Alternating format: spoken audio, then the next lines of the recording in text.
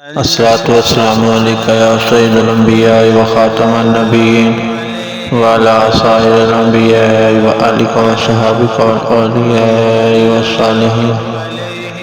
فرمانے علی شان حضور نبی کریم محمد مصطفیٰ صلی اللہ علیہ وآلہ وسلم نے فرمایا، اگر مجھے اپنی امت پر مشقت کا خوف نہ ہوتا تو میں عشاء کی نماز کو تہائی رات یا نصف رات تک مؤخر کر دیتا۔ حوالہ نمبر سنن ابن ماجہ حدیث نمبر 691۔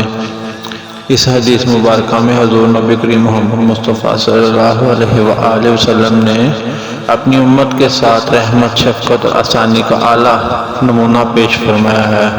اگرچہ عشاء کی نماز کو تاخیر سے ادا کرنا زیادہ فضیلت کا باعث ہو سکتا تھا، مگر حضور نبی کریم محمد مصطفیٰ صلی اللہ علیہ وآلہ وسلم نے امت پر بوجھ ڈالنے کے اندیشے سے اسے لازم قرار نہیں دیا۔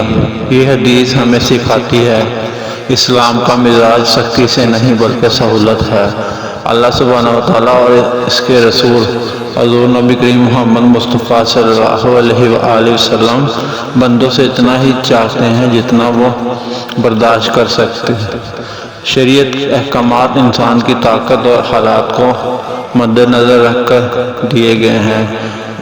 اس سے یہ سبق بھی ملتا ہے کہ رہنمائی اور قیادت میں رحمت اور آسانی کو مقدم رکھنا چاہیے۔ جو شخص دوسروں کے لیے سہولت پیدا کرتا ہے وہ حضور نبی کریم محمد مصطفیٰ صلی اللہ علیہ وآلہ وسلم کی سنت پر عمل کرتا ہے۔